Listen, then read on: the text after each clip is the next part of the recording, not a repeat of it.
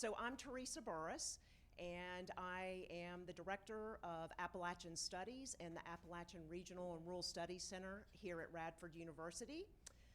Thanks everybody for coming out. Thanks to Jason for inviting me to speak today.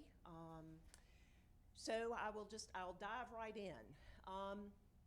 As you can see, the title of my presentation is Tensions in Appalachia, the Not-So-Uniqueness of a Unique Region. And so Neil's kind of predicted what I was going to ask you all. Do you all know, can you identify where this picture was taken? What does it look like to y'all? What did you say? Bland County. Bland County, which is a good guess, yeah. Any other guesses? What, John?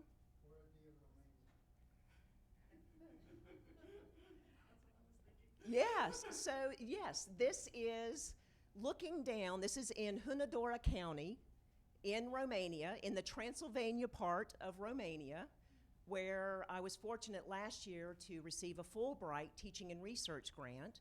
I was teaching Appalachian literature with a coal focus to third-year American Studies students at Transylvania University in Brașov.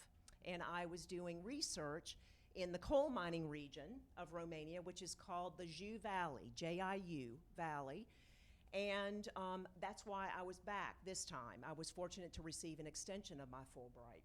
And so this is looking down from a ski resort into the valley, and you can vaguely see, this is actually, it's like in the coal fields of central Appalachia, coal communities. Right here is the biggest one, Petroșan, and you can see the shafts for the coal mines. Well, where do I?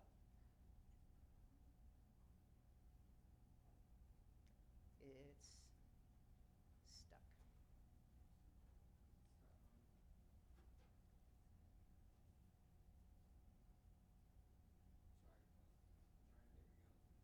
Okay. All right. So for many of you in this room, this is going to be very elementary, but it's important to ask the question, what is Appalachia? This whole symposium is focused on Appalachia. Well, what is that? This is what we identify as the political definition of Appalachia. And the reason why it's political I'll get into in just a minute, but does it look suspicious to you, first of all, that we're down in Mississippi, and there's not even little bumps down there, right, in terms of the mountains, and the mountains extend well beyond this border right here, okay? Why is all of this Appalachia, but that is not? Why is this Appalachia, but the stuff around it is not? Okay? Here's another view of not looking at the political definition of Appalachia, a great topo map, and you can see the mountains extend well beyond the borders of the United States. And you all know that borders are artificial, right? They are human constructed. And we are seeing this in Ukraine right now. I have a story about that, but I won't launch into that. So some historical highlights of the region, and I am primarily right now focused on what we consider to be the central part of Appalachia. You were going to have a panel on Native American land recognition. As you all studied in school, the Cherokee Removal Act is well known. So we had a lot of the Native Americans who were displaced or forced to assimilate under Andrew Jackson. You had squatters taking up residence in the region because the soldiers from the American Revolution who were paid in land grants they weren't interested in moving to the West because it was a hostile territory, because of the Native Americans siding with the British. So you had squatters sitting up here. Natural resource extraction after the Civil War, primarily because people realized the natural resources that were here. Absentee, and these are all topics that my colleague Tim Thornton teaches in App Studies 200. If you wanted to take a deep dive in all of these, you could take a class, so I'm hitting the very high level here. Absentee land ownership, local color riders of the late 1800s, which is where a lot of the stereotypes of Appalachia started. You had Kentucky journalists focusing on, if I say Kentucky and I say feud, what do you all say? Hatfields and McCoys, right? Yes. But it was a money-making adventure. There were feuds going on in other places as well.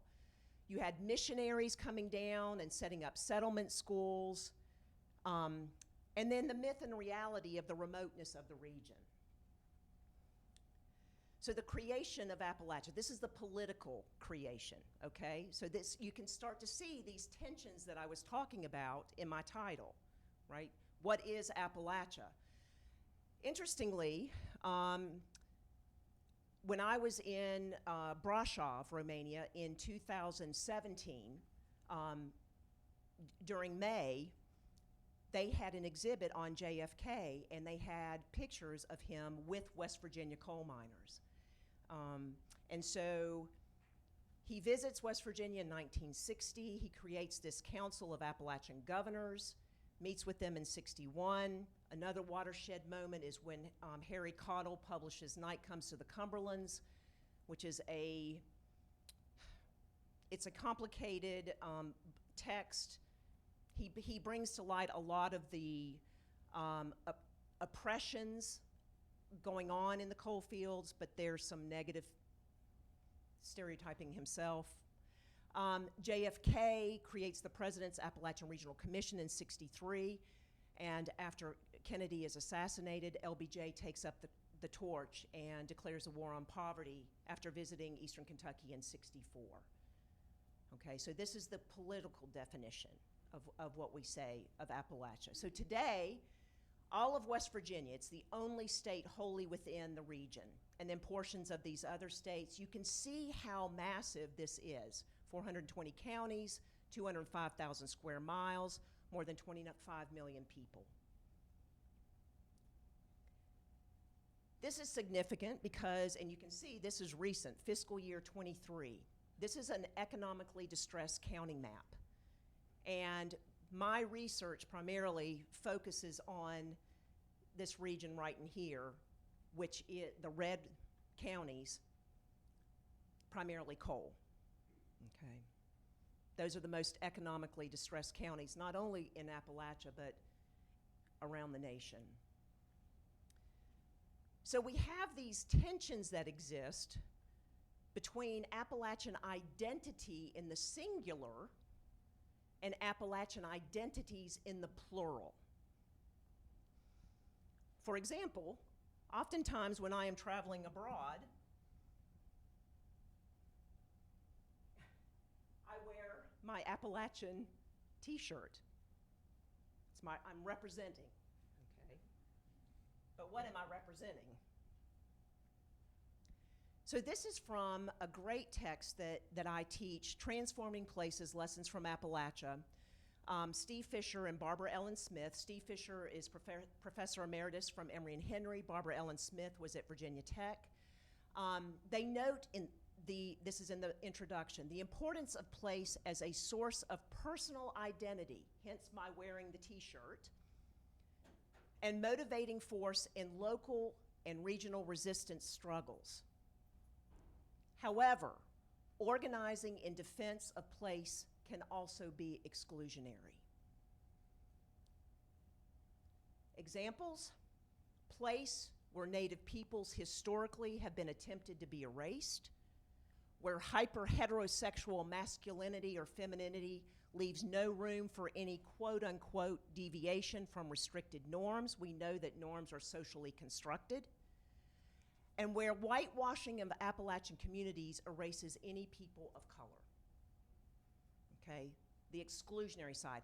And a lot of this is from feminist theory, where the collective has political force, right? You come together as a group, but it also can be exclusionary. And if you look at the feminist movement, there was a lot of criticism because women of color were often excluded.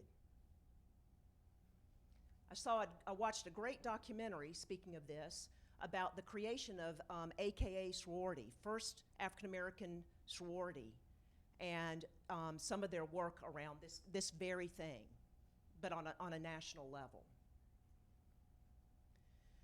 So it's critical that we avoid reducing all Appalachians to one mold and one way of living in the region. We represent different ethnic backgrounds and races, educational levels, socioeconomic statuses. Some inhabitants were not born here, but have claimed Appalachia as home. It's important to understand that different communities deal with different social, political, and environmental issues. And when I am speaking in this region, I use Montgomery County as a prime example. Blacksburg is very different from Christiansburg, is very different from Eastern Montgomery, Shawsville, Elliston area, Reiner, right? Each community has its own personality, if you will, okay? And it's critical to appreciate the power of the media to reduce an entire people to one stereotype. This is true not only of Appalachians. This can be true of many groups who are marginalized and oppressed. So we need to recognize Appalachia's similarity with and connection to international communities and regions. My friend Tom Hansel, who was actually in Romania, we had the Appalachian Carpathian Mountain Conference while I was there, and my friends Christine Small and Daryl were there, and then we had a contingency from Appalachian State University. Tom Hansel picked up the work that Helen Lewis had started in Wales, looking at the coal mining region of Wales and comparing it to Central Appalachia. He had a documentary first, and then he published the book. You also had KFTC as Kentuckians for the Commonwealth. And in Barbara Ellen and Steve's book, there's a chapter linking Central Appalachia to Columbia, the country, with coal mining, okay? And you can, I'm not gonna read that, but you can see the similarities. My research, comparing, this is in Petrilla, actually. It was the oldest and deepest mine in the Joux Valley. They closed in 2015. I have friends who are working to transform this into an industrial heritage site. This is over in Wise County. This I just took on, what day is it? Monday. I had to think about when I came home. Monday, that's in Scotland. I might as well stop in Scotland right on the way home. And so that is in Cumnock, Scotland, and there's a mining museum there. And the similarities, and I am more focused on Romania and Central Appalachia. Even though Romania, obviously, communist, now post-communist country, although some would argue about the post, it is shocking the similarities between a communist country and their coal mining and what has taken place in Central Appalachia. I put this in there for Christine. Where do you think I took these pictures? They could be right outside our door. Christine, could they? Every one of these examples, right? So, and I'm looking to Christine because she is my biology heartmate, botanist, and so these all were taken on the left here. These were all taken either in Magara, where we went for our field trip up up in the mountains, beautiful, incredible area, or in Viskri, Romania, which is where Prince, now King Charles, has a home that he has converted into a museum. It's an old Saxon village. And the reason why he established a home there is because of the biodiversity in this region and trying to preserve it. Yarrow, right, Christine? See, I'm pretty good at this, to be a humanities girl. Romania, hiking up this really steep mountain in Magra, where we were literally, I was looking at the mountain as we were climbing up. This is actually on Dumfries House Estate in Cumnock, Scotland. Okay? I didn't put any Appalachian pictures in there. So no monolithic singular Appalachia or Appalachian exists, whether pejorative, which tends to be the case with stereotypes, which persist, or overly romanticized. So what of the uniqueness of this region?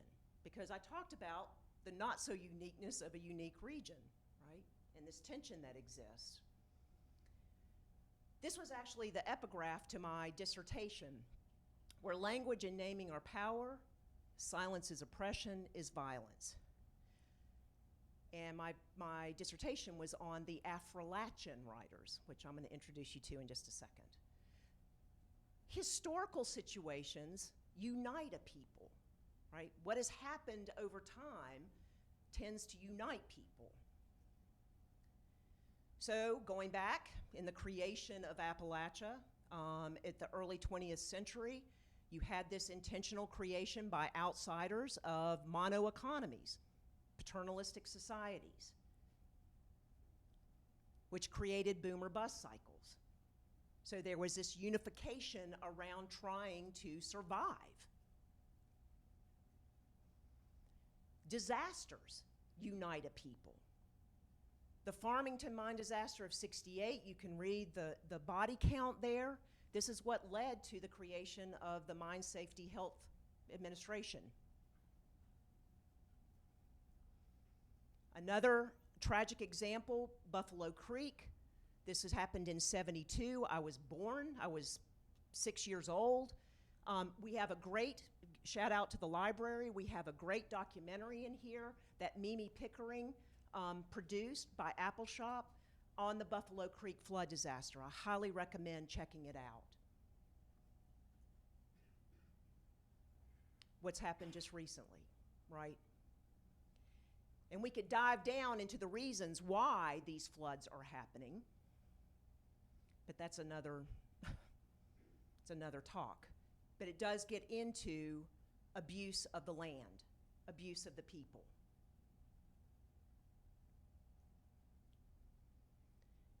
This is close to home. I live in Bristol, Russell County. Y'all know where Russell County is? The Pittston headquarters. They had a huge strike in '89-90. I actually was working as a labor and a truck driver for my family's construction company during this time, and remember I was hauling an air compressor over to a job site and went by the strike line. And you can see what their uniforms were. They were all wearing fatigues, Army fatigues. Okay. Appalachian literature, right? This gets to the uniqueness of this region. From James Still up in the corner, I just taught River of Earth earlier this semester for English 648. Harriet Arnault, incredible book about out-migration from eastern Kentucky to Detroit. The Doll Maker. From Denise Giardina, Robert Gipe, Rita Quillen, Joseph Bethanti, Jim Minnick, Diane Gillum, Ann Pancake, Lee Smith, and Jeff Mann. All representing, if you want a reading list, let me know. I can hook you up, okay? And each one of these is writing about Appalachia, but in a different way. Okay, here again, there is no one Appalachian novel or poem. Great diversity. I'll mention Jeff Mann. He's over at Virginia Tech. Some of you might know Jeff. Lives in Pulaski. Very proud, gay West Virginia man, and writes about being gay in Appalachia. Okay.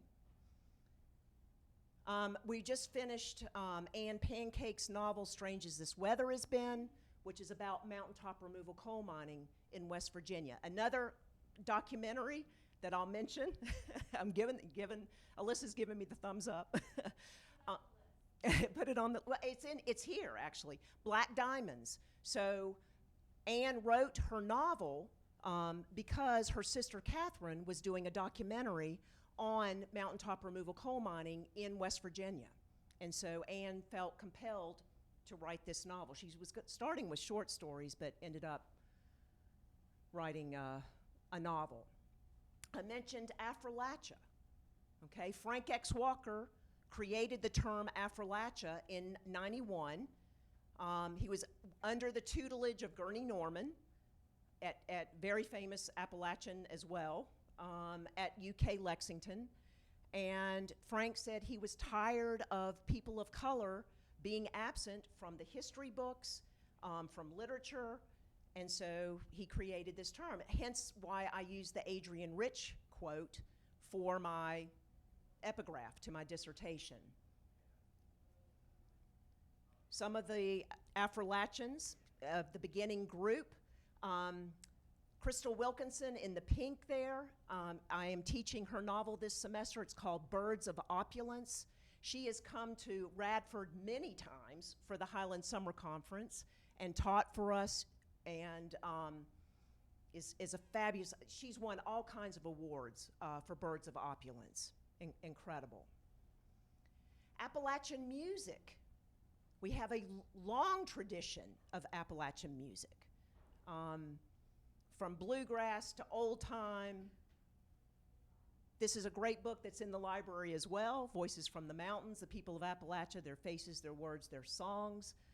Guy and Candy Carowin, very important in terms of not only Appalachia, but the civil rights movement, working at the Highlander Research and Education Center in Newmarket, Tennessee. Appalachian Community Theater and Performance. Here again, another way that the people have come together united. My friend Robert Geip, who I mentioned, who is also an author, he started this community theater in Eastern Kentucky to address really complex and sometimes contentious issues. And the first Higher Ground is the name of the group, and that was the first performance. Jo Carson, who is a beloved, she's deceased, beloved playwright, went out into the community, collected stories from people with other people's help, and then crafted this first performance. And it's gone on. They've gotten big NEH grants. They performed not only in Eastern Kentucky, but other places as well, and dealt with some pretty hard issues for certain people, but it's a way of using theater to bring people together to dialogue. Another, staying within the performance realm, I just gave a presentation before I left Romania on crisis theater. I was invited by a colleague at University of Bucharest. There was a special issue of the American, British, Canadian Journal on crisis theater. And I had participated with my colleague here in dance, Deborah McLaughlin, on 3 dance performance pieces. Here again, the unification, the uniqueness of the region. The first one was called Eating Appalachia, Selling Out to the Hungry Ghost. It was about mountaintop removal coal mining.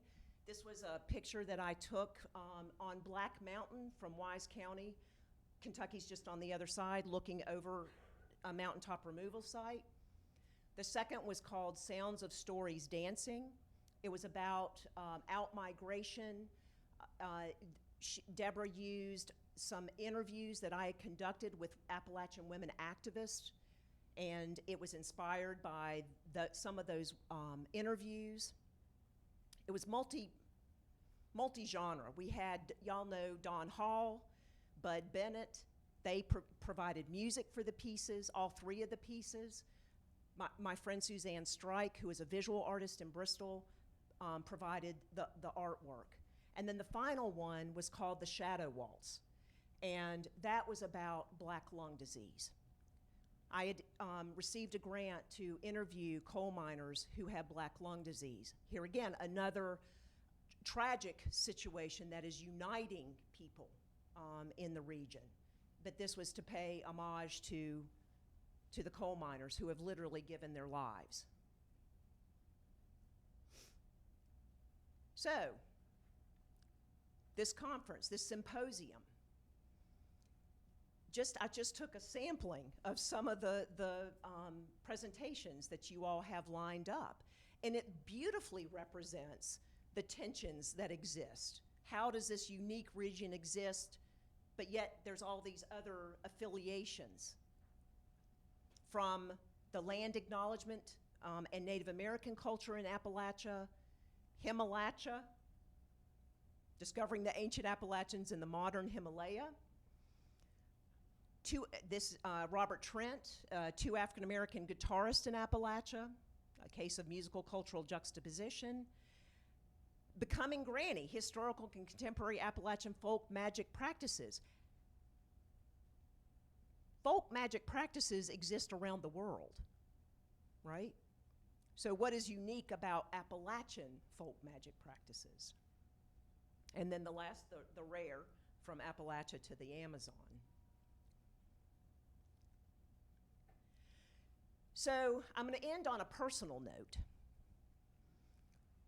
So regional, community, and even familial identities are contested and complex. So this is my younger son, that's my husband, and that's my older son. That's Campbell with Nikki Giovanni, by the way. I love that picture. Campbell is biracial.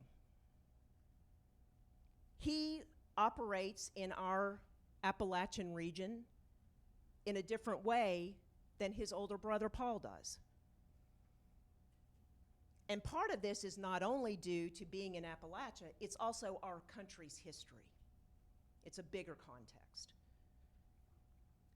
And even with me, this was from like 12 years ago, which is when I started serving as a cultural consultant on a HRSA grant for, it was the Free Clinic of the New River Valley.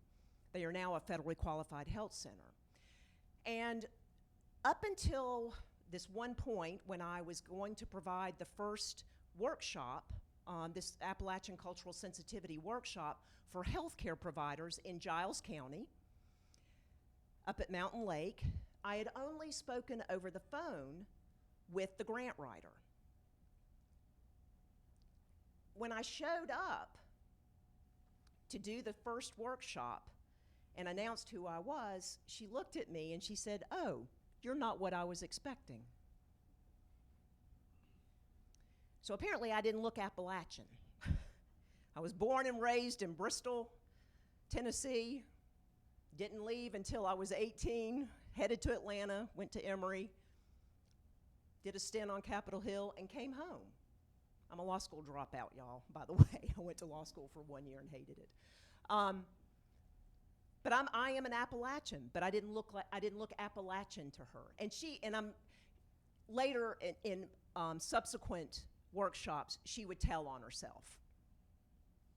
But it's the assumptions that people have. Another story I'll share, this was a friend of mine from Emory, and he lives in Brooklyn, New York, and we were down in Atlanta together. We were serving on the Emory Alumni Board, and we were catching up, and we hadn't seen each other in 20 plus years, and he asked me what I did, and I told him, and he said, "Well, what do you have in common with those people?"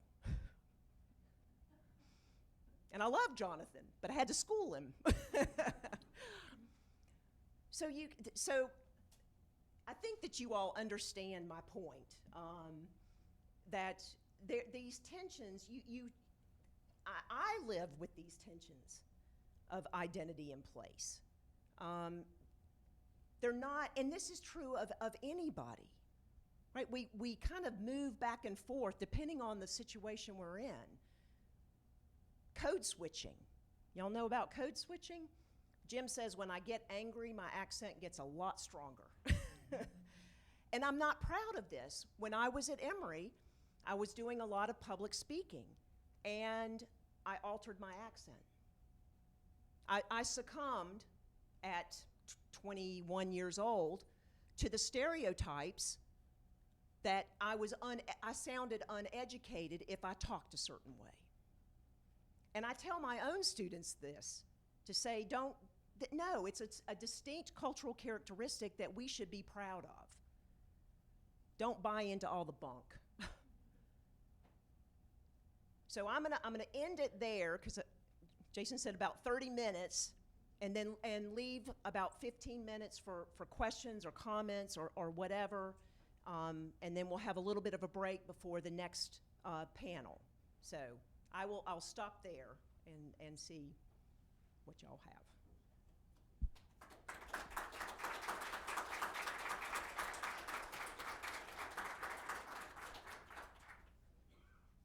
Thank you. So any questions or? You gotta speak in there. So when you say the Appalachia, what is it exactly? I mean, it's basically. Well, I think that her question is, what is Appalachia, right? And I think it depends on who you ask. It's going to mean something different to different people. And, you know, for some people, it's going to be the Appalachian Trail, quite honestly, because that's where a lot of people think about. When they say Appalachia, they think about the Appalachian Trail, the through hikers, right? Which I have a lot of respect for. I've never done that. For others, for me, I mean, I straddle all of these contradictions and complexities, recognizing that it is a politically created region. And you all, speaking of Montgomery County, when the ARC first created Appalachia, Montgomery County was not a part of it. They did not want to be, because of all the negative images that were coming out. This is, you know, think of, well, a lot of y'all are too young, but if you Google it and YouTube it, you'll see Charles Kuralt in eastern Kentucky, Christmas in Appalachia, and you see the pictures of LBJ and Lady Bird in eastern Kentucky. That was what the rest of the nation thought all of Appalachia was. And so folks in Montgomery County, the elected officials said, no, we're not like that. Franklin County, Virginia, is not officially in Appalachia. Do we know why? What is in Franklin County? It's known as the moonshine capital of the world, right?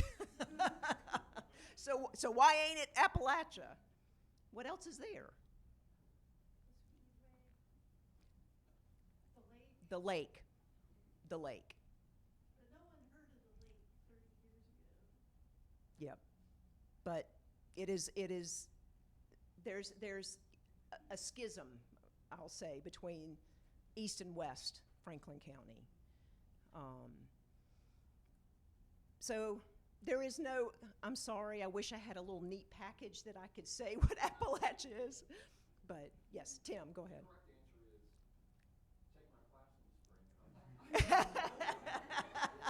in the spring. There you go. App Studies 200. Introducing Appalachia, it's called, so we'll introduce you. Exactly. John. Isn't it just a place that has an image of poverty, and if you don't have that image, you can't get federal and state funding as easily? And if you had Atlanta in Appalachia, which is topographically in the Appalachian Mountains or Roanoke, et cetera, it would be harder to generate the easy money. And the ARC gets $65 million a year for a region the size of this. Yep. It's about image. Yep.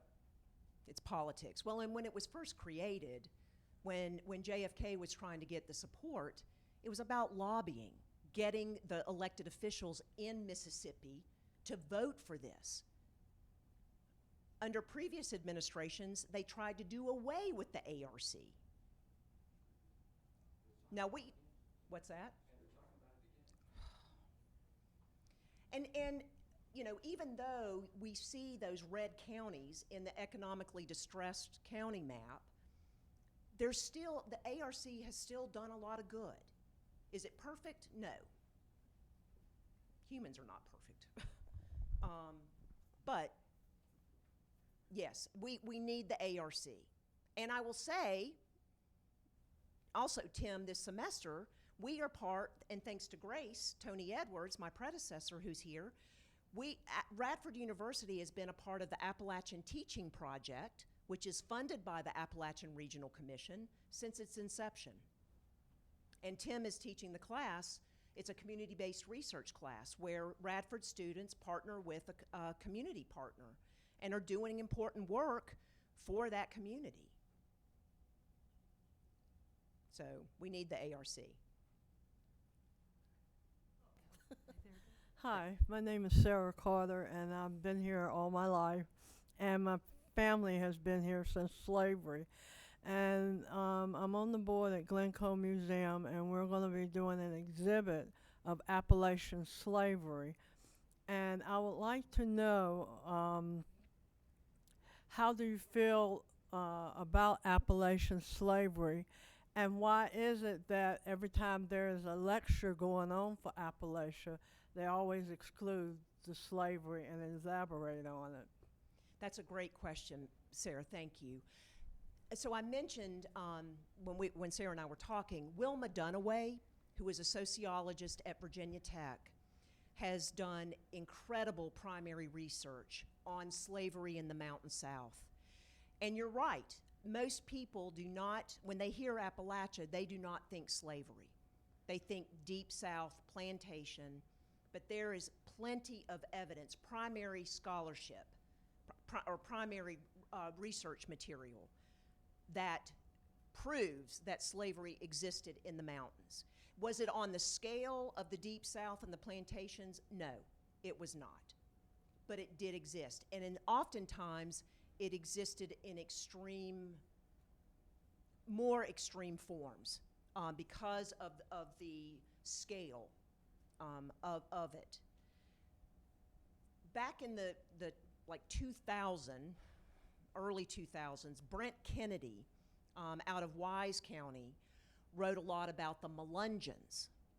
And the DNA has taken them back to West Africa, Native American, and other ethnicities.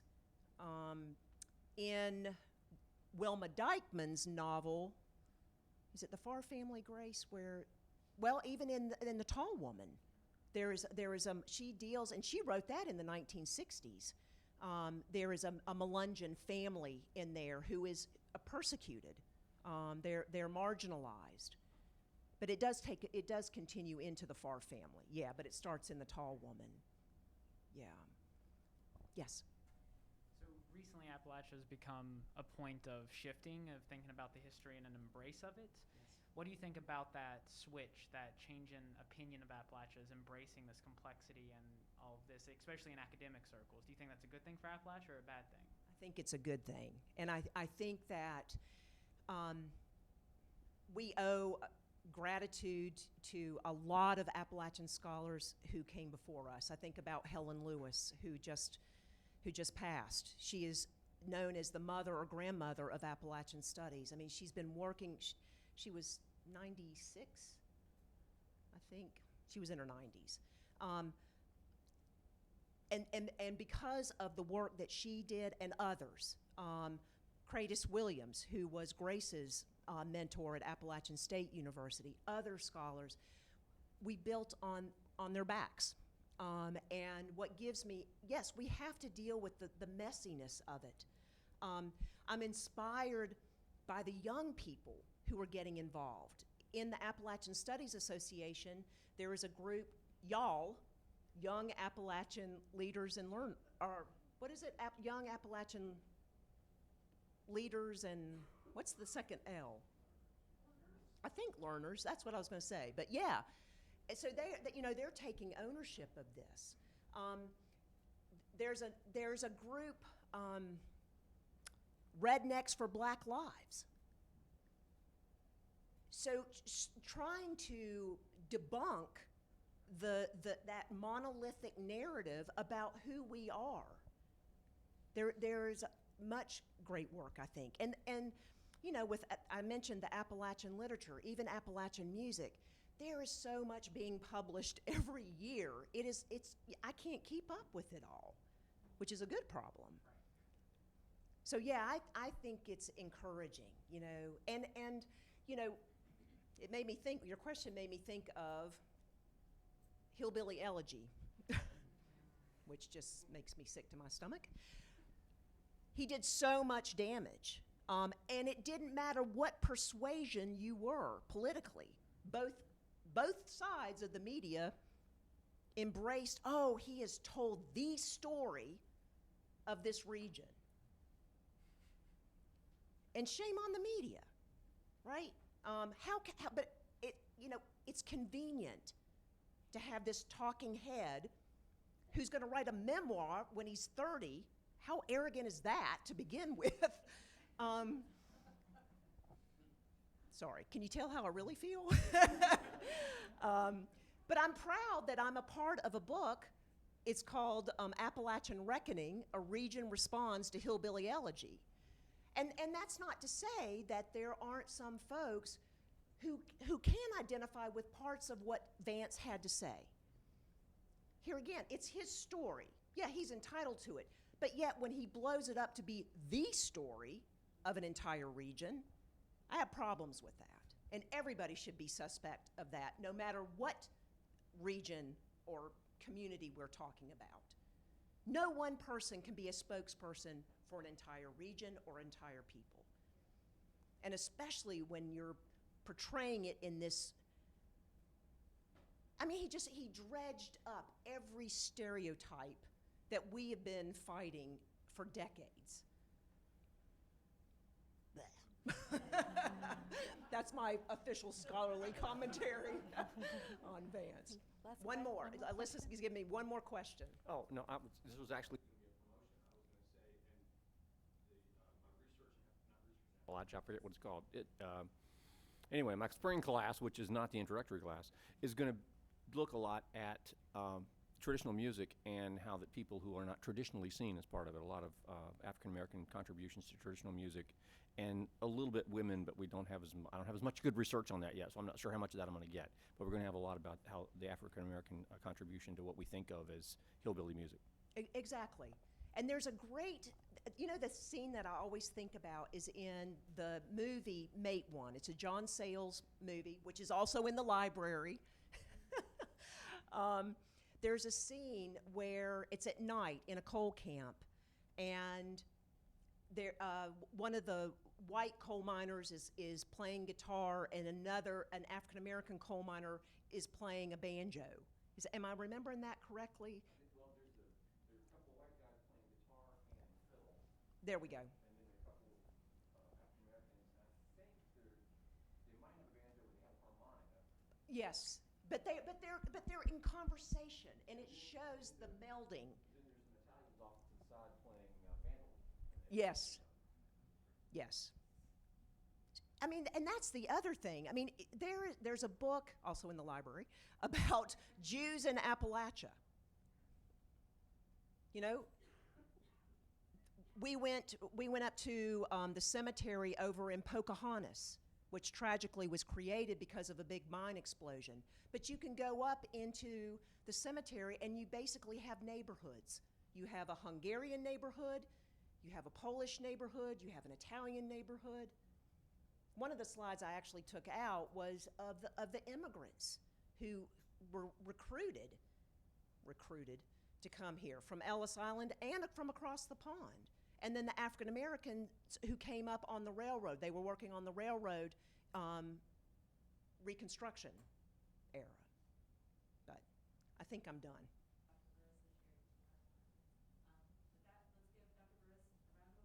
Thanks, y'all.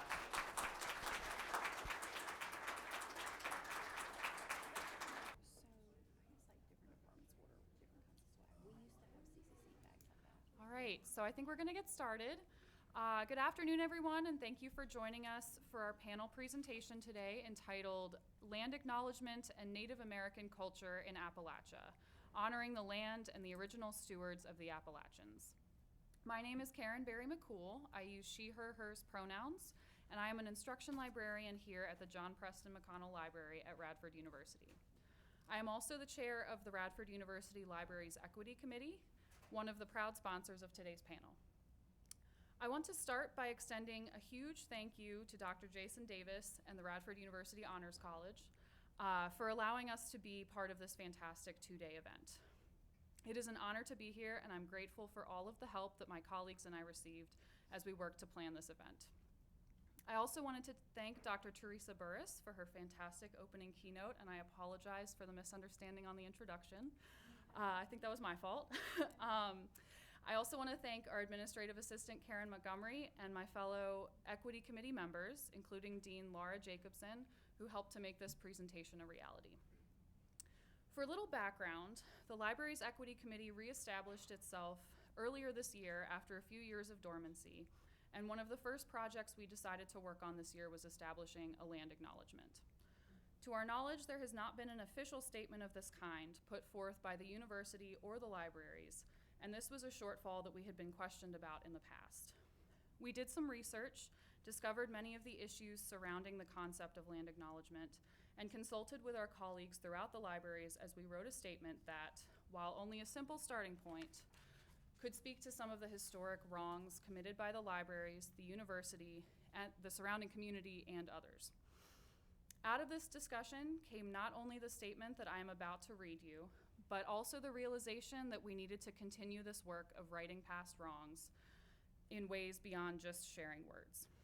This desire, as well as the desire to learn more about both land acknowledgements and the local indigenous community, was the inspiration for today's panel. So without further ado, I will share the University Libraries Equity Committee's land acknowledgement, which is available on the committee's LibGuide.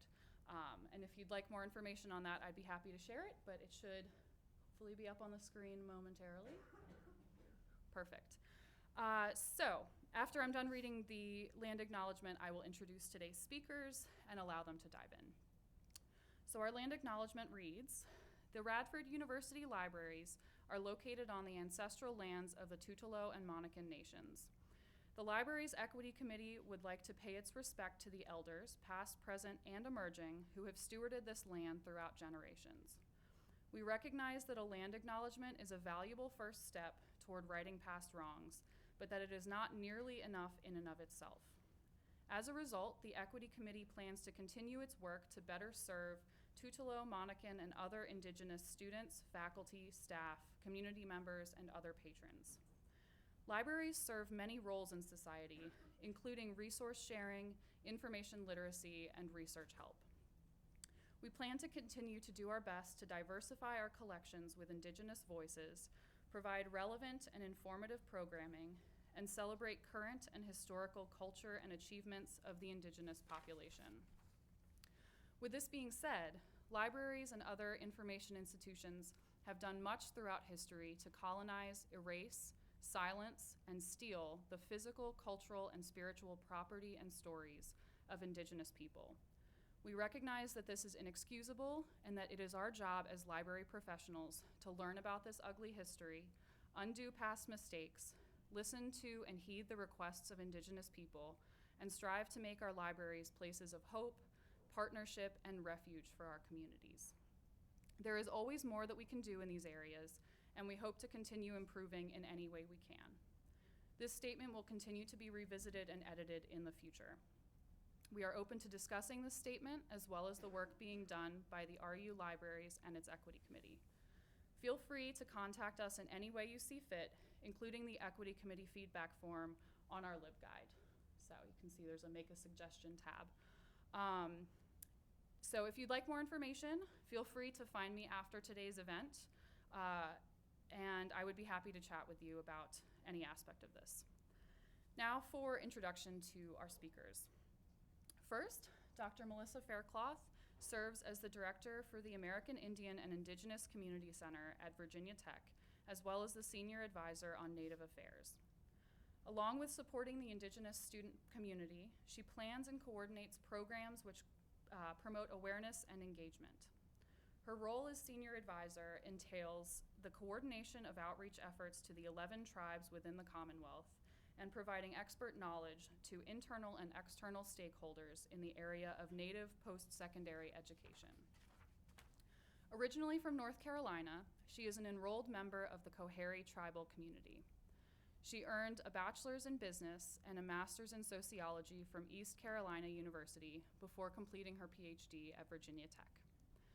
Her research focused on examining the impacts and challenges of Indigenous student centers. Moving on to our second speaker, Vicki Persinger Ferguson is an enrolled member of the Monacan Indian Nation of Virginia. She serves on the Monacan Historic Resource Committee and is a graduate of Marshall University.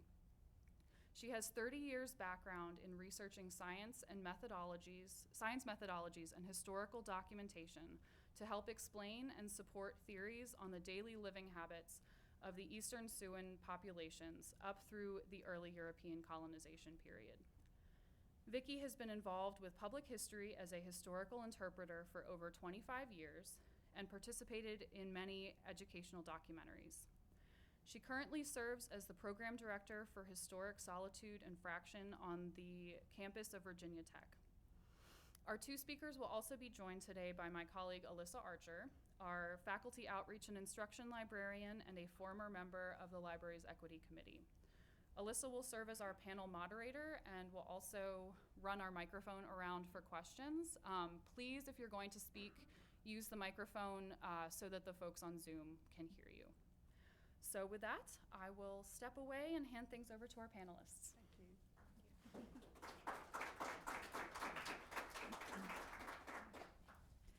Well, thank you all for hosting this event. And I will say it is my honor to welcome you to Tutelo Monacan land. And I say that by saying Mekora Machen Kahoe, which means you are welcome here. My goal is, as one of the descendants of the first people, is to recognize, is for us to get a little better foundation of the Monacan Tutelo people who lived here. So as we learn a little bit more about the indigenous people from here, we call them the original Appalachians, it's going to set the foundation for the conversation that we'll have later on as we talk about doing the land acknowledgements. Now, I am a Monacan, and Monacans are part of the Eastern Siouan speaking group. Our sedentary culture came to inhabit this portion of Virginia about 2,000 years ago. And as I say that, I want you to remember that indigenous people have used this region for over 10,000 years. It is just that the culture changed from nomadic to sedentary as semi-permanent towns were built. Eastern Siouan speaking tribes like that of the Monacan Confederacy were here when that happened. We use oral tradition and archaeological documentation to support the migration of Monacans from the Spelawasipi, that's the Ohio River, into the region and down the Manitan. That's our word for the New River. It means great water. We moved from the Appalachian Mountains into the Blue Ridge into the Piedmont. So by using oral traditions, we kept track of where we came from. We always said we came from where the sun sets. We also kept the knowledge of the first 4 women from whom our clan system was derived. Eastern Siouan speakers of the interior will say that we came from the women whose clans were deer, bear, wolf, and turtle. We were a matrilineal clan system, and that means the children belong to the woman's family and not the father's. So prior to colonization, the indigenous people were very aware of their environment and use maximum exploitation of natural resources to provide food, clothing, shelter, tools, medicines, and household goods necessary for survival. Now, I use the term maximum exploitation. That does not mean the same thing that it means today. It does not mean that we use natural resources to extinction. For us, it means the identification and the utilization of every possible item, including a variety of plants and other natural resources, which became part of our everyday survival. The Eastern Siouans, who were the first to inhabit this region, nurtured this territory by not overusing the natural resources. The knowledge the Eastern Siouans needed to survive in a primeval forest was gathered over hundreds and thousands of years and passed down through generations. The semi-permanent villages moved often enough to allow natural resources to regenerate. So flora, fauna, and even the nutrients in the soil are included in that regeneration process. Different regions had, and still have, different natural resources, and those items became available for trade. The trade networks were formally established with natural resource items traveling hundreds of miles, carried by people of diverse cultural affiliations, often setting up their own alliances through the mechanism of trade. Tribes of the Monacan Alliance were deeply involved with the trade networks as a variety of trade items were ushered through this very region that we're in today. I mentioned before how knowledge passed from generation to generation and it kept us alive. This is true. Over the years, I've been questioned about what my people have retained. One thing I can say is we retain knowledge of how to survive using natural resources. The loss of land has had a negative impact on our ability to share the huge amounts of knowledge our ancestors once had. Loss of territory meant loss of knowledge tied to that territory. And I'm using the word territory and not land. Individual land ownership was more of a European concept. Tribal units managed and nurtured territories. So when the Europeans arrived, the Monacan Alliance extended from Richmond to the New River and from a little bit south of the Potomac River down through the interior of North Carolina and into the coastal regions of South Carolina. Pretty impressive if you look at the map. The Eastern Siouans were hit hard by war, introduction of disease, and westward migration due to colonization. The Monacan eventually signed a treaty agreement with England and was assured 2,200 acres of land. The Monacans are still waiting for that parcel of land to be sectioned out for our tribe. So if you think about it today, 2,200 acres, that's about 3.4 square miles. It would seem like a lot of land if you have to pay taxes on it, but in comparison to what the Eastern Siouan had before colonization, it's just a tiny fraction. This is important because the forest was our grocery store and our drugstore. We had a high reliance upon those natural resources for survival, and the continued use of those items by tribal members helped to keep the knowledge alive through practice. I think the sad thing is the extensive ethnopharmacology knowledge has dwindled as we have increased our reliance upon modern medicine. So the Monacan and Tutelo made pottery. They found earth and clay and added a temper and then rolled and coiled a variety of pots. The knowledge to turn the clay into ceramics was an important step forward, as the ability to make soups and stews allowed the population to thrive and help to manage our leftovers. I mention this because the diversity of pottery found in this very region, huge diversity. As we look at the data from the Trigg site here in this area, we learn about that type of diversity in this particular region. The pottery from a Fort Ancient culture, normally sited in what is today West Virginia, was found here, and it helped to prove the migration practices of the Eastern Siouan population. Pots and bowls offered new and varied cooking methods and also some place to store foods like bear fat. Hunting, gathering, and gardening provided the food, and the region had impressive gardens growing on the floodplains. The crops grown in the garden supplemented the foods acquired from hunting and gathering. And if you think about it, there is something to eat from the forest year-round.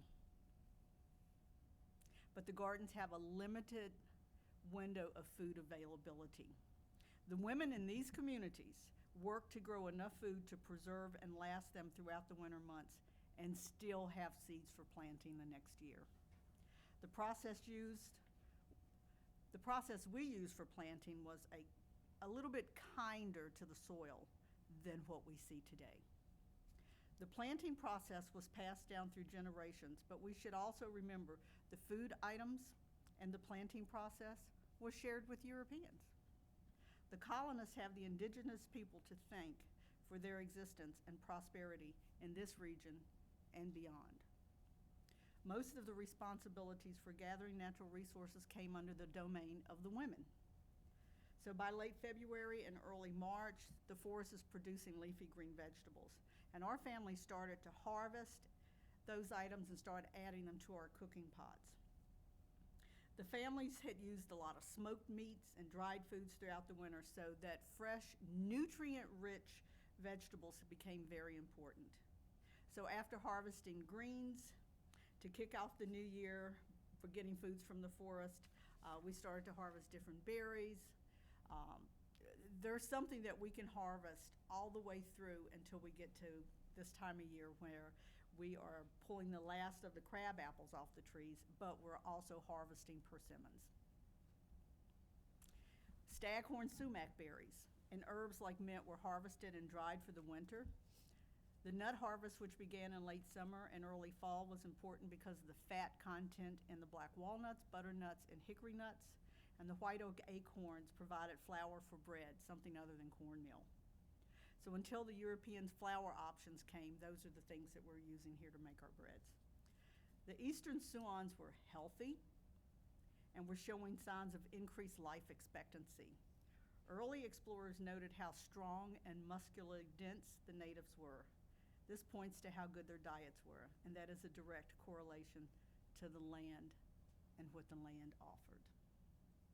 So even though the plants were less available in the winter months, the fauna was still available. Deer and turkey were the most eaten meat items in Monacan towns in the mountainous regions and into the Piedmont. They were not the only animals that we used for food, because trapping of smaller animals also occurred. As colonization enters into this region, the remaining indigenous people were encouraged to decrease their reliance on hunting and trapping and pressured to begin raising domesticated animals.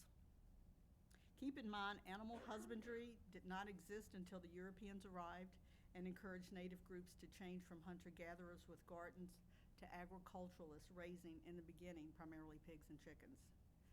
The ultimate goal was to keep the tribal units tied to smaller portions of land and have them remain in a permanent location. Forcing men to become farmers removed them from their primary focus of hunter-protectors and helped to push unwanted cultural changes onto the indigenous populations. All of this meant more land available for the colonist, more loss of territory, more loss of knowledge tied to the territory. This is the reason I share this information, is to let you know just how important the land was and is to indigenous people.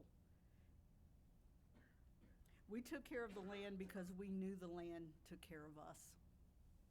As stewards of the land, we understood the balance required. So today, as we talk about the land and acknowledging the first people of the region who were the nurturers of the land, I feel it's important to have that deeper understanding of just how important the land was and still is to those of us who are here today. That should include both tribal citizens and non-tribal citizens. I also ask, if we're going to acknowledge the original stewards of the land, that we are looking at taking measurable steps as part of the acknowledgement process.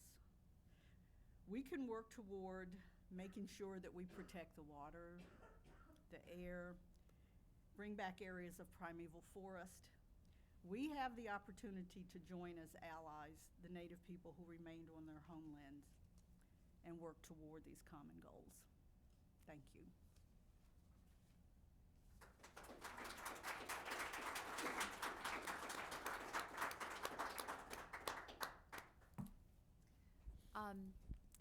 So I guess I will kind of start my comments by talking a little bit about what Virginia Tech's trajectory was in developing our land acknowledgement on our campus. I arrived at the Virginia Tech campus in the fall of 2015, which seems like some time now that I've been here. And I was actually a PhD student at the time. One of my lovely committee members, who I didn't expect to see, is in the audience, Dr. Carl Prokota.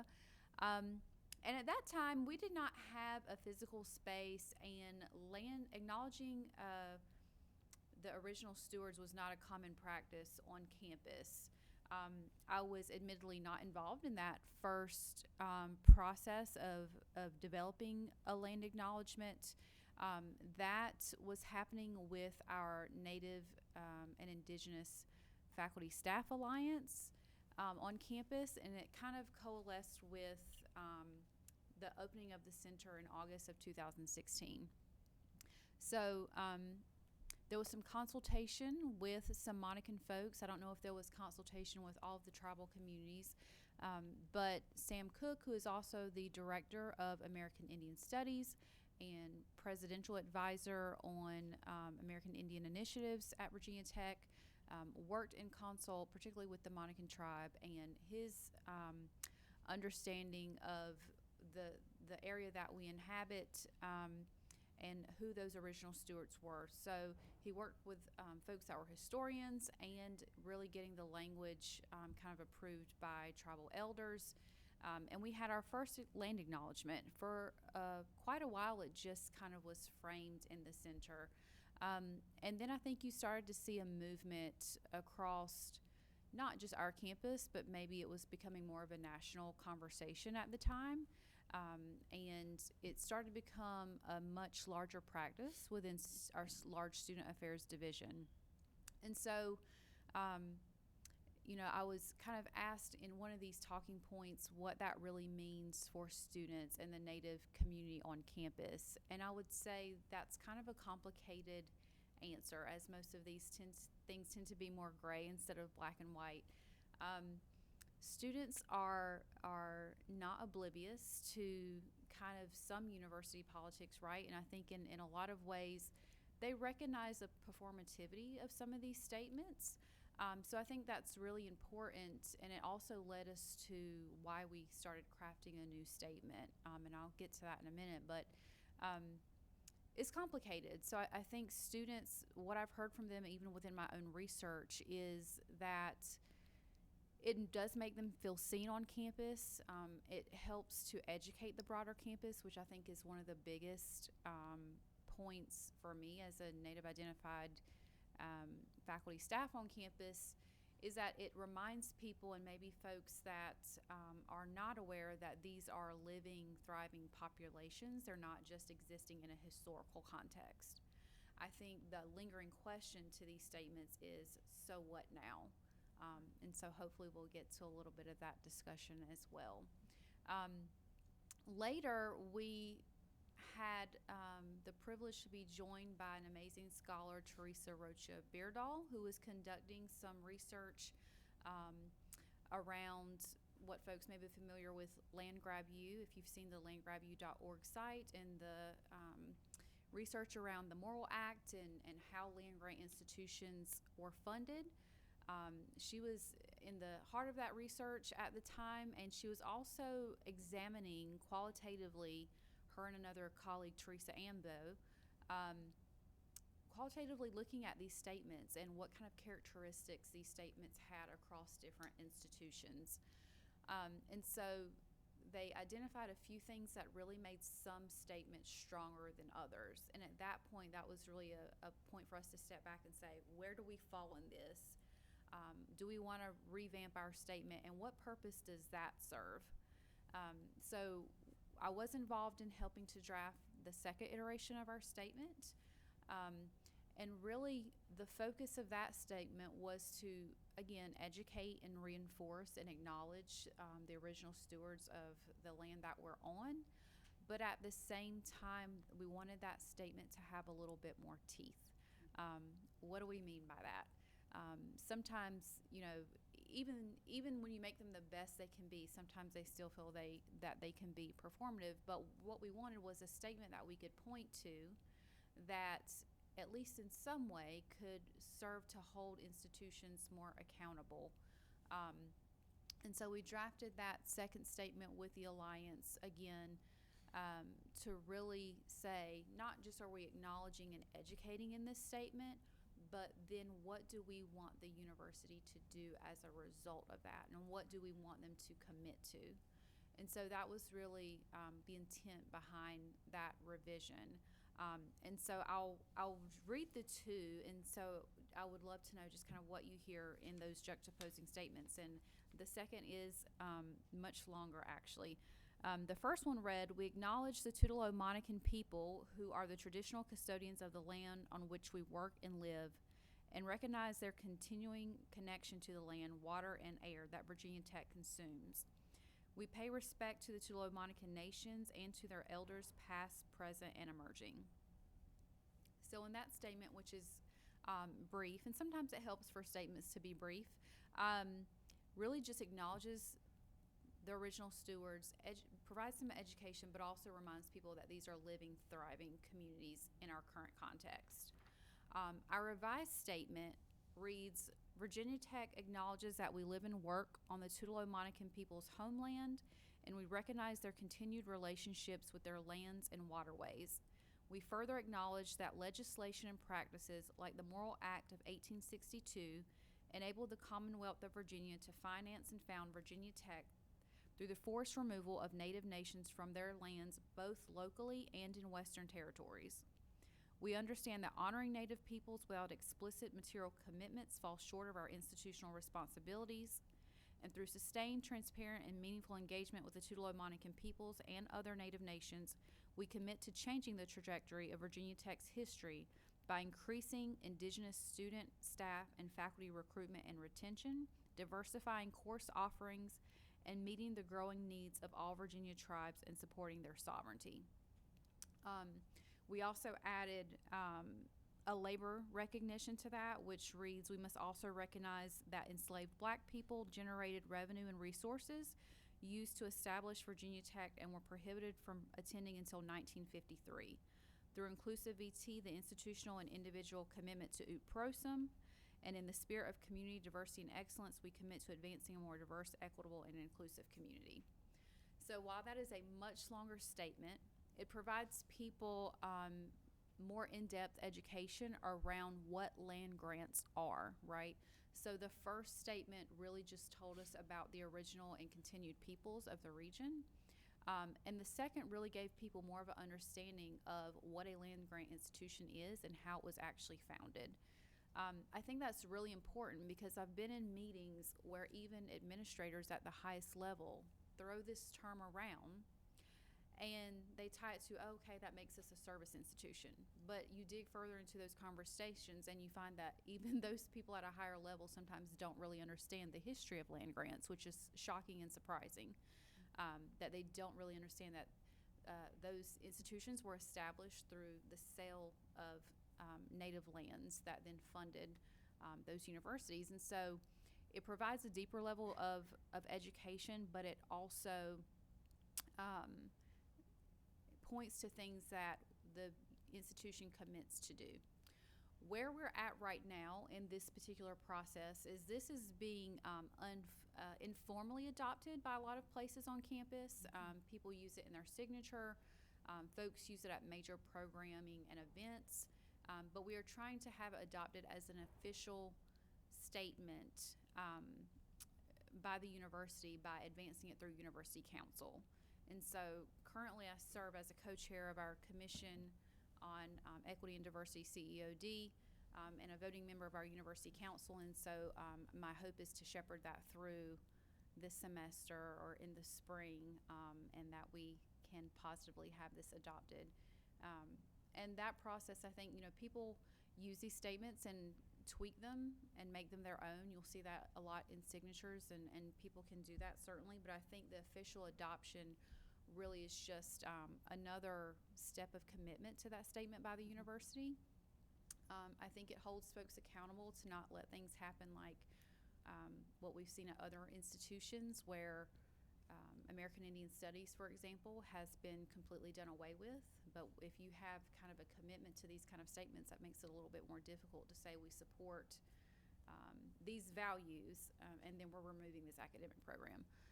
So that's kind of the hope of where this is going, just to be officially adopted by the institution.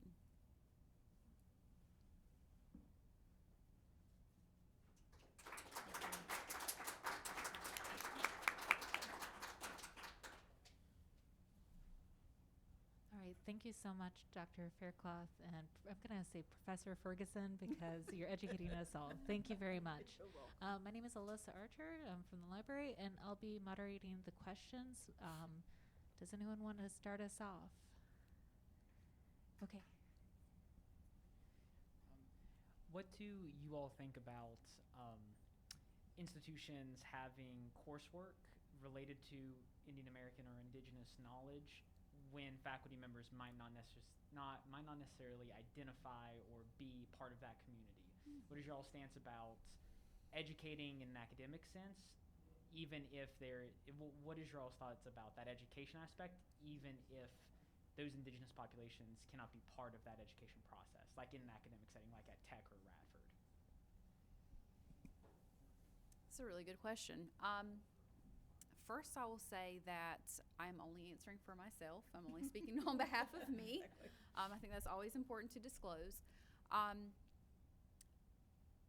think that curriculum, the syllabi, I think there's always an opportunity to do that in consultation with folks, even if that professor doesn't identify.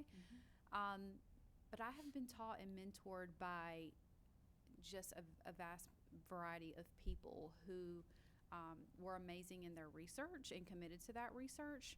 I don't personally feel like someone has to identify with that community to be a good scholar, and I'll even say that I don't necessarily feel like it was specifically my identity that prepared me to even do the work that I'm doing. I think it helps, certainly, to be able to relate particularly to my students and the circumstances that they experience. But I feel like it was my education that really prepared me for the role that I'm in. And so for me, that's not problematic as long as that person is really invested in good scholarship. But I also think that there's always opportunities to consult and build your curriculum in consultation with. So that's always a consideration. I agree with what she's saying. And there's always the opportunity, as she stated, to contact people, especially if it's a specific tribe or nation you're talking about, and have them to consult with and help them be a part of the story or the narrative that you're trying to tell. Thank you for that question. Hold on just a moment. Let me come over just so the people on Zoom can hear. What are some important things to learn about politics? Is this okay? They can hear this? Okay. So the question was, what are some important things to learn about politics? Would you care to elaborate a little bit more related to indigenous? The political part. Would you like to Federal elaborate a recognition? little? Dr. Faircloth, Professor. Can you repeat the Ferguson? question one more Yeah. time? So the question was, what's important for people to know about the politics? In the higher ed setting, or? Oh, Okay, in the okay. higher ed setting. Oh, Okay. oh gosh. Okay. Yeah, that's always a tricky one. Do I want to answer this on camera? You know, I think it's always just important to approach these things with the most sincerity that you can. I think politics in higher education is not something that we can really ever escape. But knowing kind of a little bit more about what Native students experience, or at least in my role, that is usually what bubbles to the surface. Knowing what their experiences are and how they experience, particularly PWIs or predominantly white institutions, is really important to really have an understanding of why these types of changes and statements are important, but also our commitment to them, our sincerity, are really how we're delivering this. I often think about, I think there was a question when we were kind of planning for this around, do land acknowledgements occur in your own communities, or what is kind of the cultural significance? And I think that looks different community to community. It was really interesting because it was weird. I had to really ponder on that because I'm thinking, does my community do that? I've been in a lot of different communities in North Carolina because I have friends in those different communities. The thing is it looks and feels very different, almost to the point that you don't recognize it being the same thing. I think in the higher ed setting or in any organization, it's super formal. So we have these super formal statements. And at home, and in different people that I've visited with, it feels more like being a good guest as much as somebody would want to be a good host. So it's a much less formalized statement, but it's just a more sincere approach to it. So I think those are all just considerations that you have to keep in mind.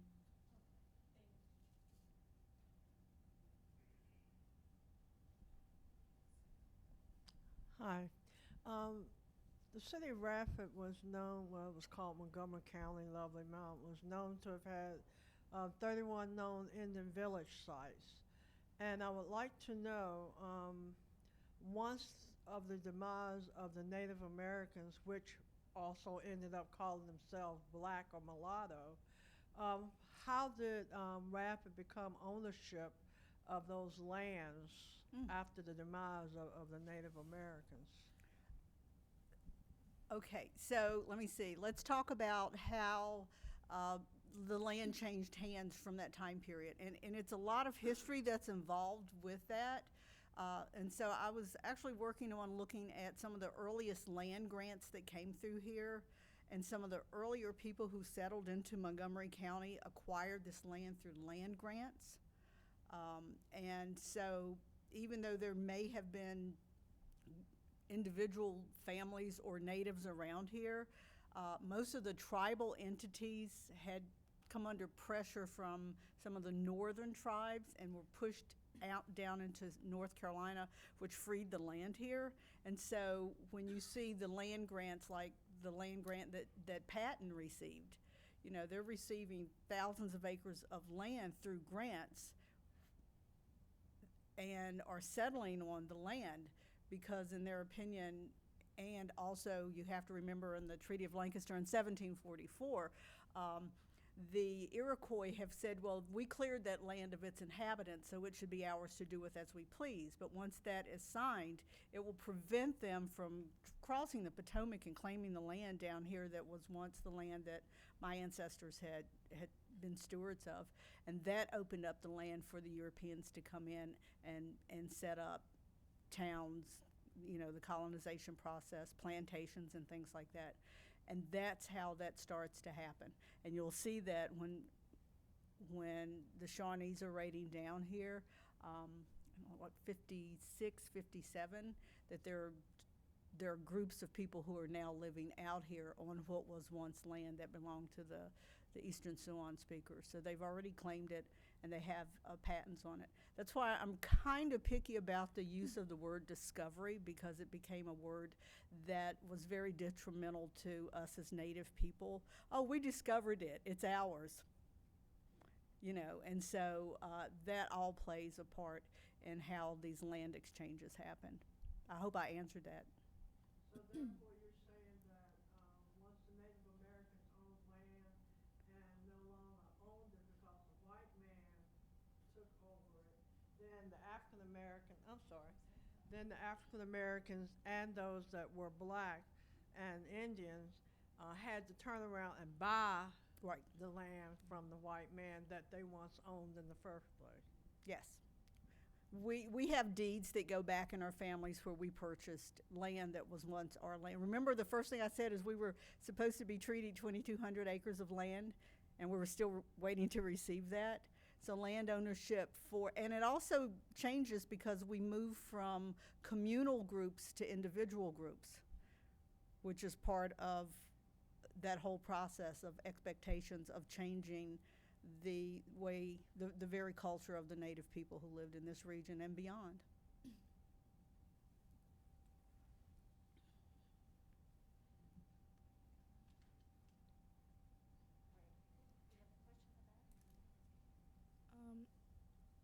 What can folks who are not members of Native American communities do to best support local tribal nations?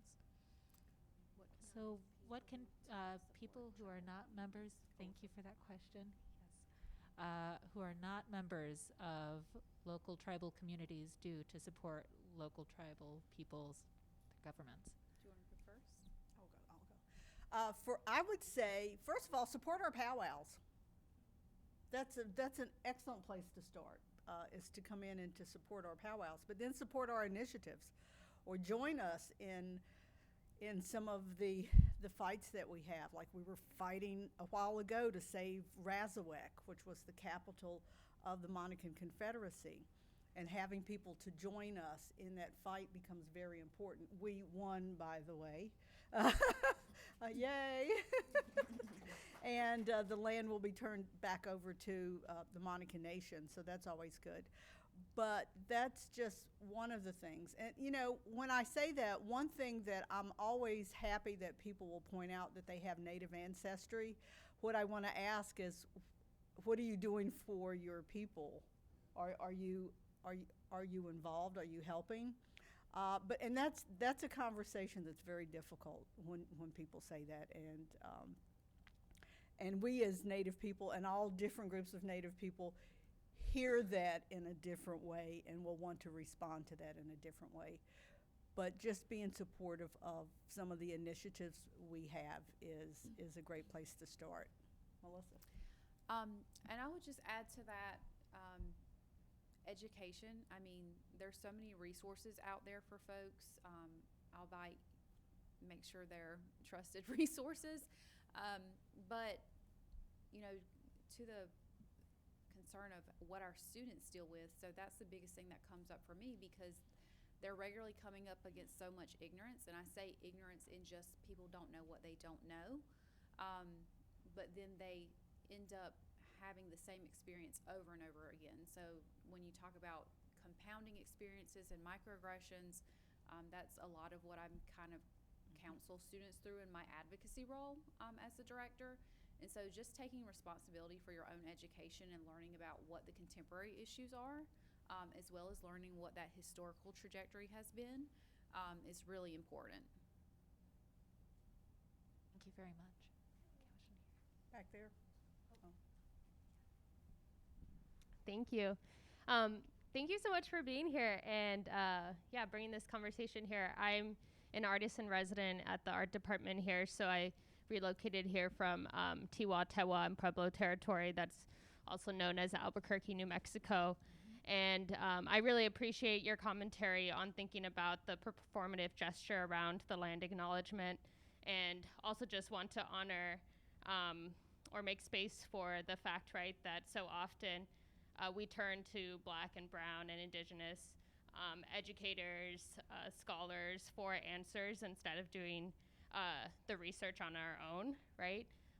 So I kind of wanted to ask a question about sort of like, what are your dreams around the next steps that Virginia Tech could take, right? We're talking about accountability, we're talking about transparency on an institutional level.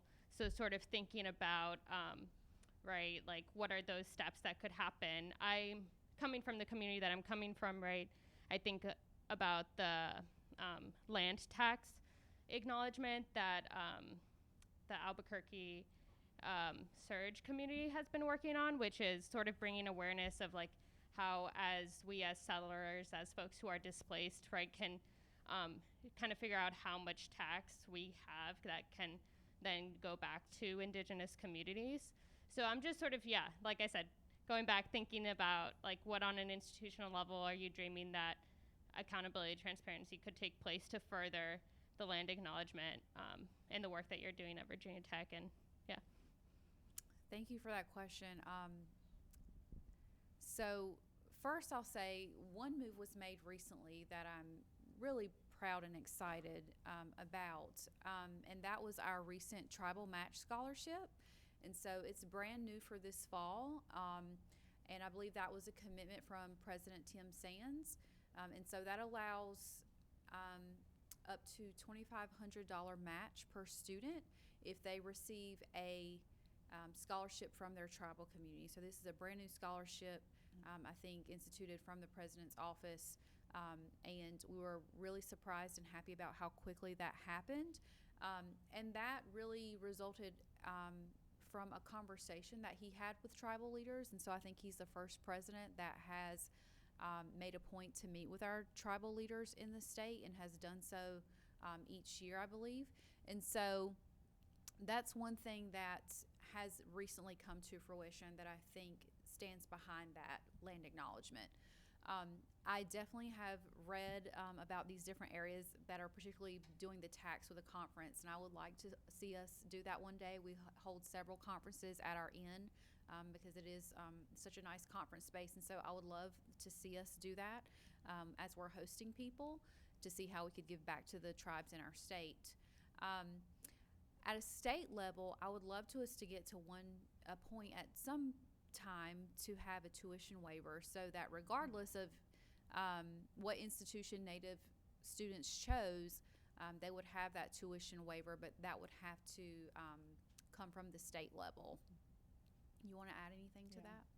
I was thinking the same thing that she was thinking, because when we look at the statistics amongst our communities, and we look at poverty, and we look at education, and we look at all of these issues that crop up, the one thing that would help us is to be able to have students who could afford to get a college degree. So that would take care of both the poverty and the educational component of that. And for us as Native people, we look for our young ones, because I'm considered as an elder within the tribe now, to be able to get an education and come back and contribute to the community.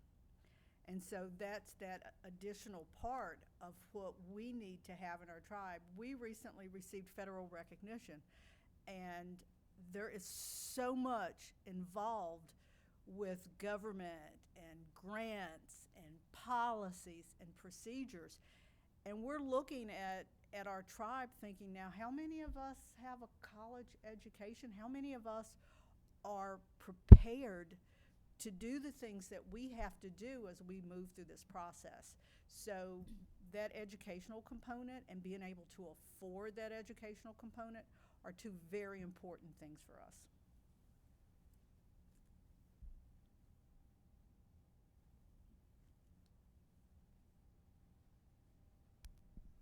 Hi, thank you both for sharing your knowledge and experiences with us today. As somebody who moved to Radford about 6 years ago, I have found it particularly difficult to learn about indigenous people from the area, even as far as like the trig site goes.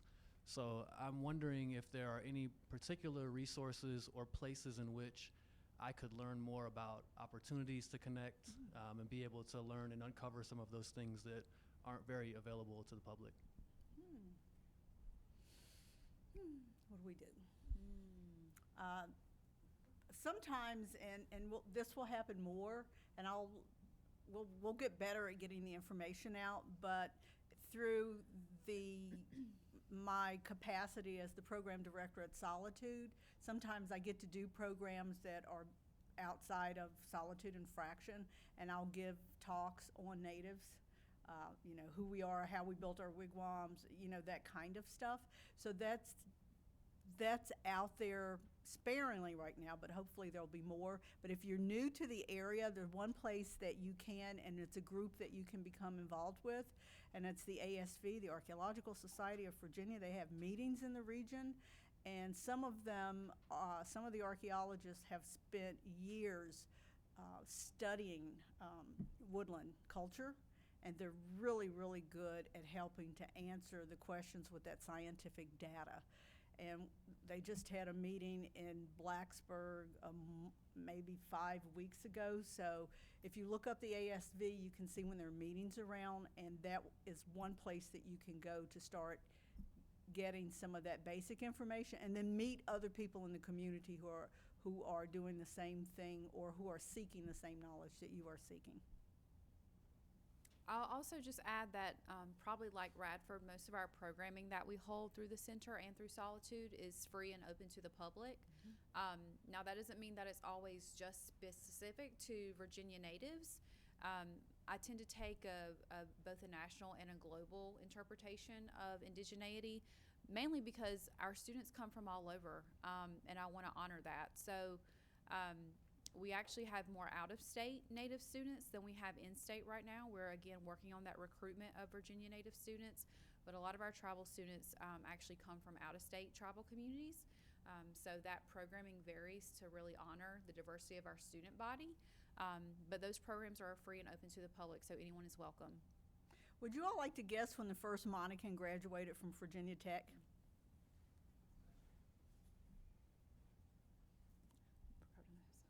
2006.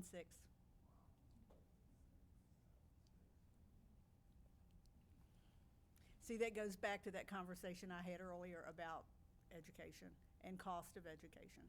2006.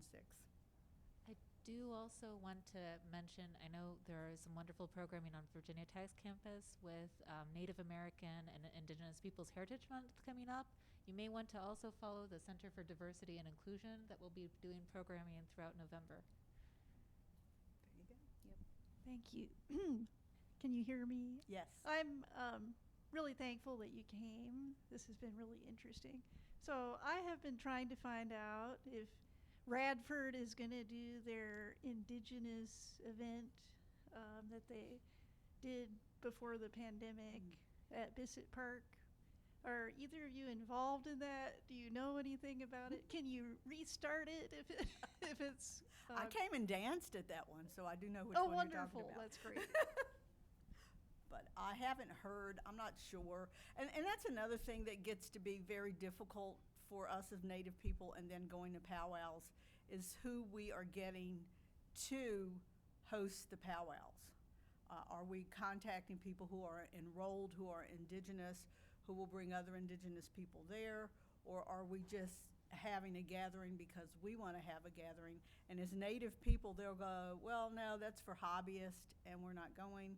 And so you have to be very careful when you are planning these types of events to make sure that you are contacting and you're contracting with the people who, you know, who are tribal members and who are able to put on a really good event. Virginia Tech's is in April. There you go. Exact date TBD, but you can look at the center's website.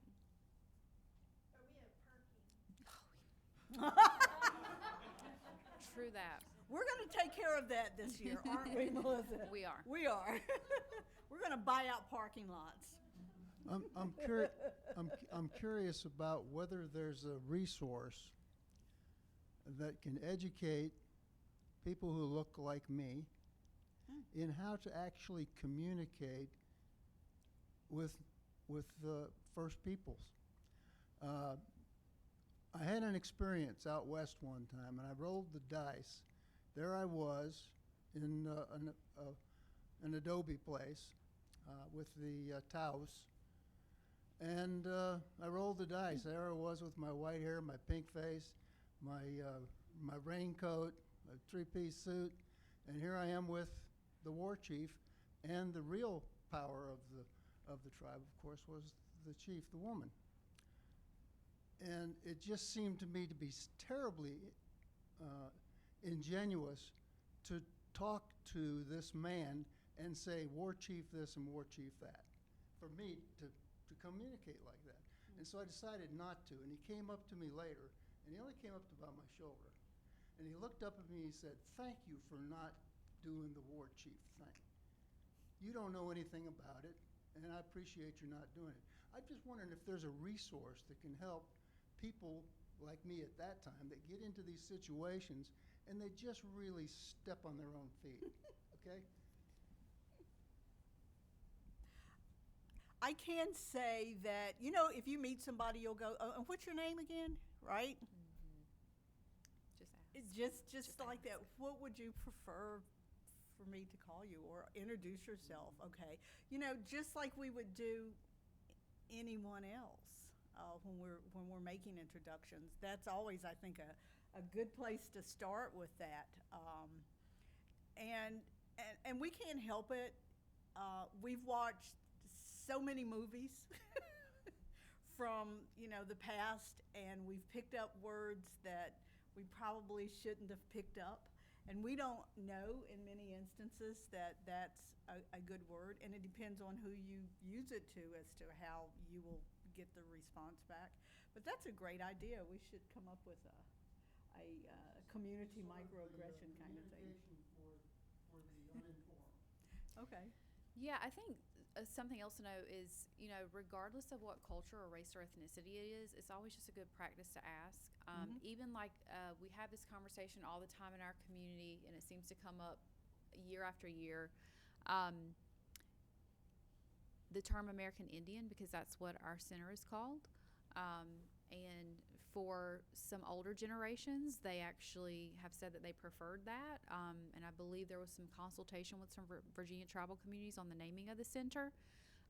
But for the younger population and the students, they prefer indigenous or native more. And so I think it's very much personal preference, like any identity. And so it's never offensive just to check in first and ask. The other thing I'll say, where it might get a little dicey and like some kind of broad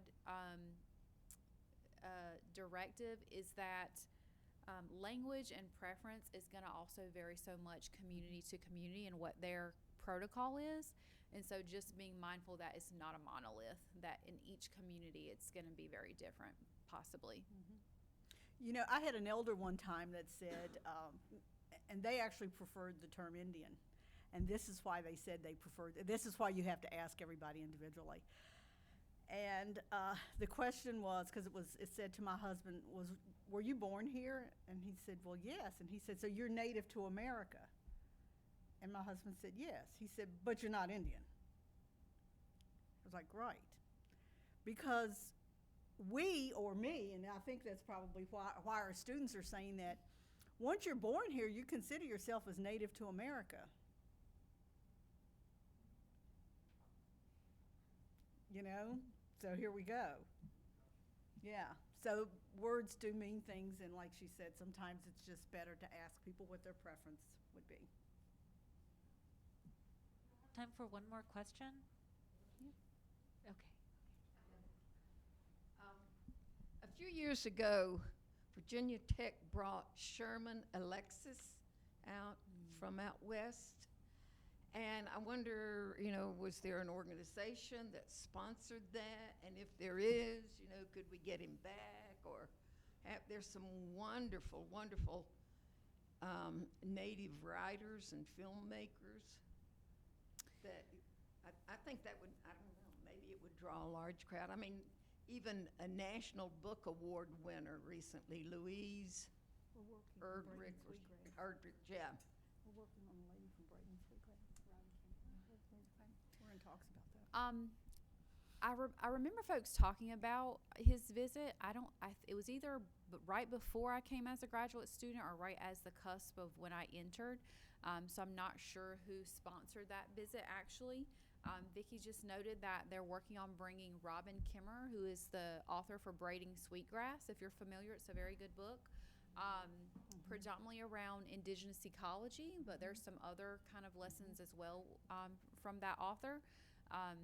And again, I would just always check kind of the Center and Solitudes programming, because we bring both local and nationally acclaimed people all the time. But they are working on Robin, and so she's a pretty well-known author in American Indian Studies literature.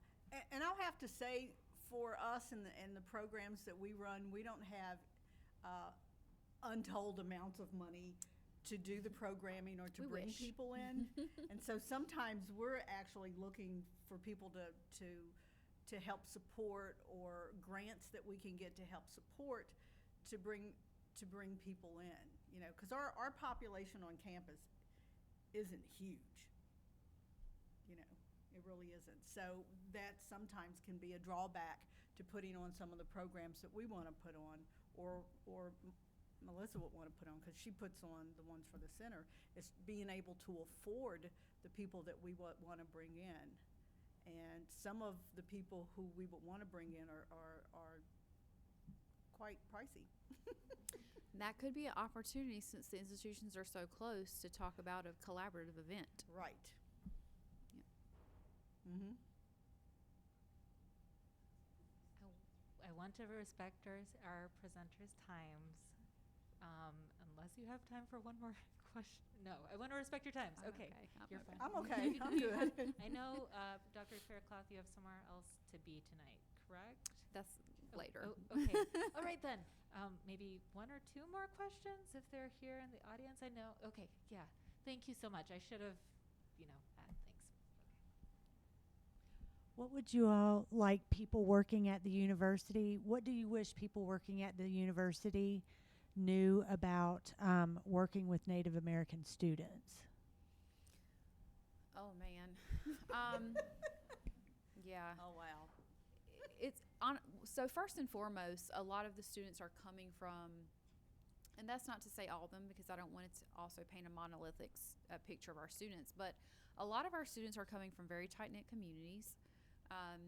Some of them are coming from rural areas, so some of them are from urban Native populations. And it's very much a culture shock when they get there in a variety of ways. And this is not much different than many other student populations as well. I think what is just so shockingly common is just the level of what people don't know. I will say that the times that I've taught maybe Intro to American Indian Studies, maybe 4 times on Tech's campus. There are others here who have taught that class as well. I always start that class by asking folks, so how many tribal communities in the Commonwealth can you name? And the question that I get back is, we have tribal communities in the Commonwealth. There are 11. They don't know that there's one. Right. That's a problem, right? But it's just a larger problem of what they arrive with in terms of their K through 12 education. But then the knowledge that their peers lack informs how they experience the institution. Invalidation in the classroom, you don't look Native, and on and on and on. You go to school for free when most of my students do in fact not have scholarships and are taking out loans like everybody else. So it's just the amount of microaggressions that they experience over and over and over, and how compounding and common that is.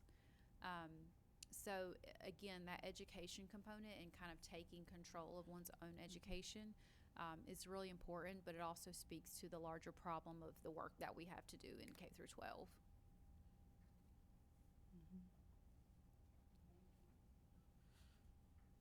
I think that's a wonderful place to stop today.